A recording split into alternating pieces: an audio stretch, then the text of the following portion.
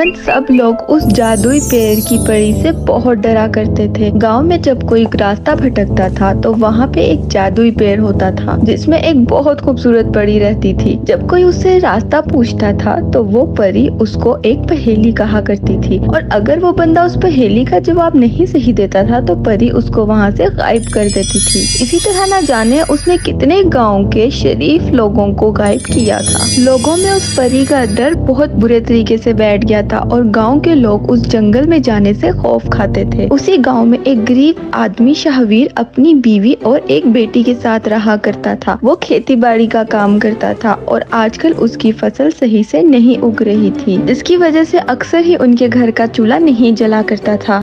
मुझे लगता है कि इसी तरह चलता रहा तो घर का खर्चा चलाना मुश्किल हो जाएगा। तो तुम एक काम करो, सेठ से जाके मदद करने को कहो। अपनी बीवी के कहने पे शाहवीर सेठ के पास जाता है और कुछ पैसों की मदद मांगता है। सेठ, मुझे कुछ पैसों की जरूरत है। अगर आप मुझे वो दे दें तो खेती होने पे मैं आपको सारे पैसे वापस कर दूंगा। देखो शाहवीर, इस तरह से पैसे मांगना अच्छी बात नहीं है। तुम एक काम करो, तुम मुझे अपना खेत बेच दो, मैं वो तुमसे डबल कीमत में खरीद लेता हूँ।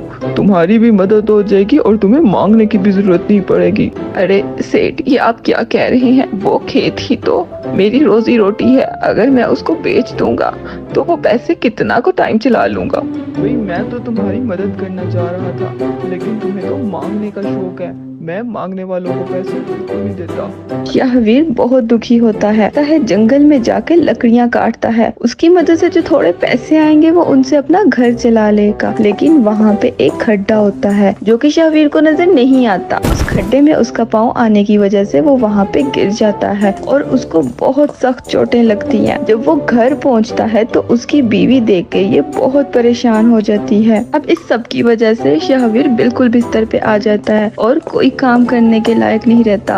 अब मैं उठ भी नहीं सकता, न जाने इस घर का खर्चा किस तरह से चलेगा। शाहवीर की बेटी ये सब देख के बहुत परेशान हो जाती है। वो फैसला करती है कि आज के बाद वो जाके लकड़ियां काटेगी और उनको बेच के जो पैसे आएंगे उससे अपने बाप का इलाज कराएगी। अगले दिन जब वो उस घने जंगल में लकड़ियां काटने जाती है तो उसकी नजर वही चमकते हुए पेड़ पे पड़ती है। वो देख के वो बहुत हैरान हो जाती है। उसको इस सब बारे में बिल्कुल भी नहीं पता था कि कैसे वहाँ पे एक परी रहती है जो लोगों को गायब करती है। वो उस पेड़ के पास जाती है, तभी अचानक उसकी नजर एक बूढ़ी औरत पे पड़ती है जो कि उसी जगह से गुजर रही थी। माँ, क्या आप मुझे बता सकती हैं कि इस पेड़ से ये अजीब सी रोशनी कैसे निकल रही है? बेटा, ये एक जादुई पेड़ है। इसमें से जो रोशनी निकल रही है वो कोई आम रोशनी नहीं है। यहाँ एक बहुत ही जालिम परी रहती है। अगर तुमने उसकी बातों का जवाब दिया तो वो तुम्हें बहुत खजाना देगी, लेकिन अगर तुम गलत हुई तो वो तुम्हें गायब कर देगी। न जाने कितने लोग अपनी जान गंवा चुके हैं इस परी की वजह से। ये बहुत जालिम है। अपनी जान की परवाह किए बगैर वो उस घने पेड़ के अंदर चले जाती है। तभी अचानक उसे अपने सामने वही परी नजर आती है जिसका उस बुरी औरत ने जिक्र किया था। वो परी उसे एक सवाल करती है और कहती है कि अगर उसने इसका जवाब दे दिया तो वो उसको खजाना देगी और ना देने पे वो उसको गायब कर देगी। लड़की इस सब के लिए हामी भर देती है और उसको सवाल करने को कहती है। जैसे ही वो परी उससे वो पहेली पूछती है, लड़की अपनी समझदारी से फौरन उसका जवाब दे देती है। परी ये देख के बहुत खुश होती है और हैरान भी। इसके बदले वो उसको एक बहुत बड़ा खजाने से भरा बक्सा देती है। लड़की वो बक्सा लेकर बहुत खुश होती है और अपने घर आ जाती है। जब वो अपनी माँ को दिखाती है तो उसके माँ बाप भी बहुत हैरान होते हैं। वो उस जादुई परी के बारे में सारी कहानी बताती है। इसके बाद वो उस सोने को बेच के सबसे पहले अपना बाप का इलाज कराती है, एक अच्छे स्कूल में एडमिशन लेती है और वहाँ से अपनी पढ़ाई मुकम्मल करती है। शाहवीर ठीक होने के बाद एक सब्जी का ठेला लगा लेता है और इसके बाद उनकी जिंदगी में बहुत सी आसानियाँ आ जाती। रात के 10 बज रहे थे।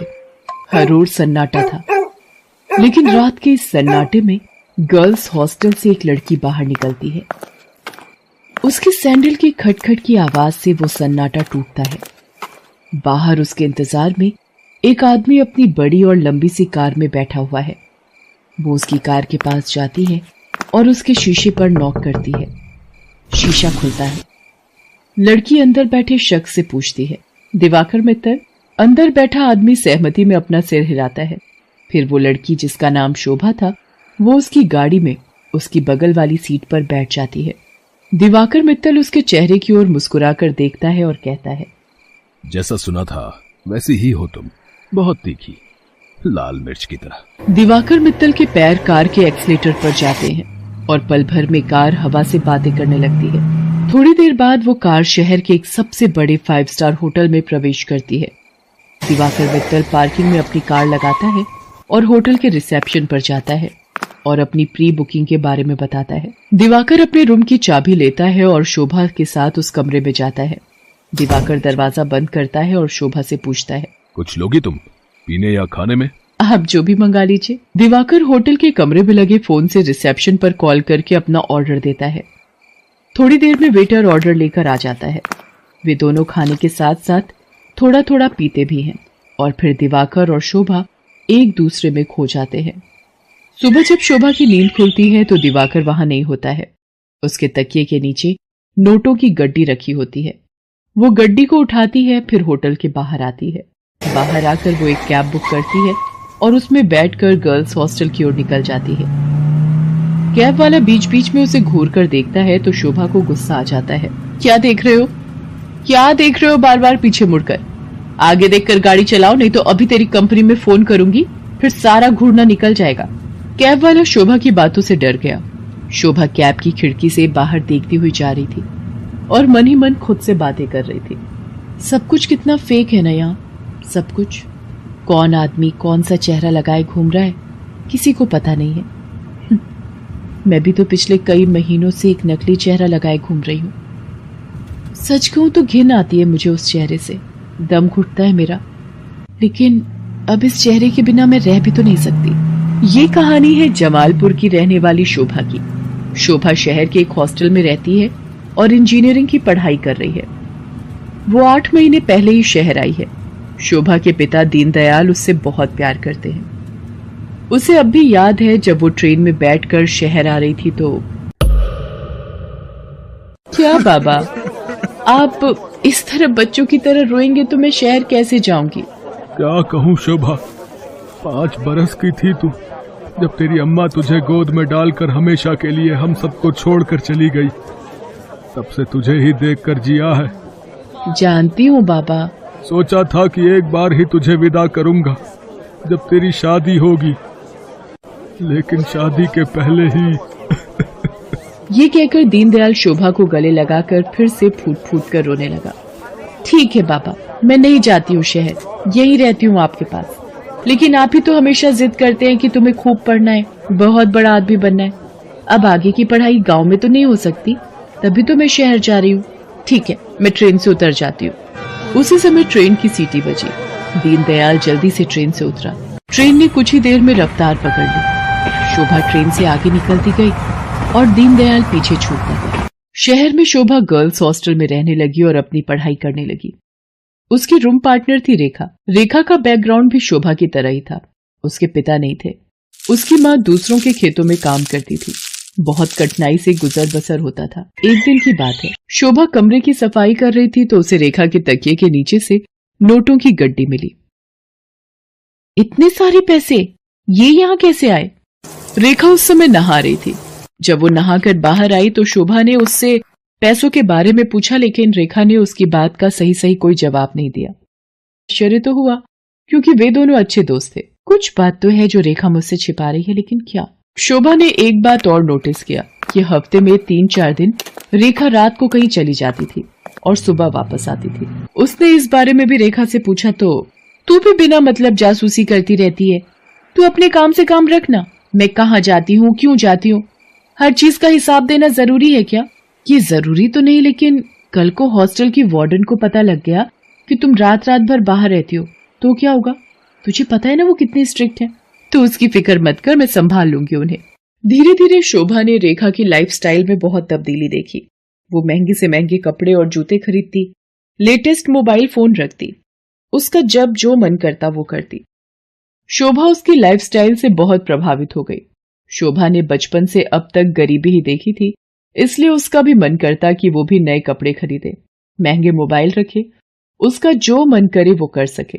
रेखा देख, मैं तुझसे ये नहीं पूछने वाली कि तू ऐसी रईसों वाली लाइफस्टाइल कैसे जीती है, लेकिन मैं भी तेरी तरह जीना चाहती हूँ। मैं तंग आ गई हूँ एक एक पैसे के लिए तरसते हुए। पहले तो रेखा टाल मटोल करती रही, लेकिन फिर उसने सच्चाई बता दी कि वो एक कॉल गर्ल का काम करती है। उसकी बातों को सुनकर शोभा शॉक्ड रह गई और उसने कहा कि अगर ये बात वार्डन को पता लग गई तो? तू बड़ी भोली है रे शोभा। हॉस्टल की वार्डन को सब पता है, वही तो हमें दबाव डालकर भेजती है लोगों के पास। वार्डन की सारी सच्चाई जानकर शोभा एक बार फिर से चौंक गई। रेखा ने उसे ये भी बताया कि हॉस्टल की कुछ और लड़कियां ये काम करती हैं। शोभा को ये सब सुनकर अजीब तो लगा, लेकिन बेहतर लाइफस्टाइल के चक्कर में वो अपने सम्मान का सौदा करने के लिए तैयार हो। मैं इस गंदे दलदल में फंस गई हूँ। हालांकि इस दलदल ने मुझे बहुत सारी वो चीजें दी जिसके लिए मैं तरसती थी, लेकिन मैंने अपनी मासूमियत खो दी है, मैंने अपनी शांति खो दी है, मैंने अपनी पवित्रता खो दी है। बाबा को कितनी उम्मीद थी मुझसे, और मैं क्या करने लगी मैं। शोभा की आंखें भीग गई थी। वो अब ये काम नहीं करना चाहती थी, लेकिन हॉस्टल की वार्डन उस पर बार बार दबाव डाल रही थी। देख शोभा, जल में रहकर मगर से बैर मत कर, और हाँ, ये सती सावित्री बनने का नाटक छोड़ और जो बोलती हूँ वो कर। शोभा ने वार्डन को फिर से इनकार कर दिया। गुस्से में वार्डन ने उससे कहा, देख शोभा, तेरा इनकार तेरे भविष्य के सारे रास्ते बंद कर देगा। मेरी एक शिकायत पर कॉलेज से भी तुझे निकाल दिया जाएगा, और तुझे मैं इतना बदनाम करवा दूंगी कि इस शहर तो क्या, तू कहीं भी किसी को मुंह दिखाने के लायक नहीं रहेगी। शोभा उस रात हॉस्टल से निकली तो जरूर, लेकिन उसने कुछ तय कर लिया था। वो हॉस्टल से निकलकर सीधा पुलिस स्टेशन पहुंची और इंस्पेक्टर नाज़नीन को हॉस्टल और वार्डन की सारी सच्चाई बता दी। शोभा की बात सुनकर नाज़नीन शॉक्ड रह गई। शर्म आ रही है मुझे तुम पर और उन सभी लड़कियों पर जो अच्छी लाइफस्टाइल के चक्कर में शॉर्टकट अपनाती हैं और अपने सम्मान का सौदा करती हैं, और तुम जैसे मासूम लोगों का फायदा तुम्हारी वार्डन जैसे लोग उठाते हैं। मुझसे बहुत बड़ी गलती हो गई इंस्पेक्टर नाज़नीन। मुझे खुशी है कि तुम्हें अपनी गलती का एहसास तो हुआ, लेकिन ये गलती कोई और ना करे और तुम्हारी वार्डन किसी और का फायदा ना उठाए। इसके लिए इस पूरे रैकेट को तोड़ना पड़ेगा।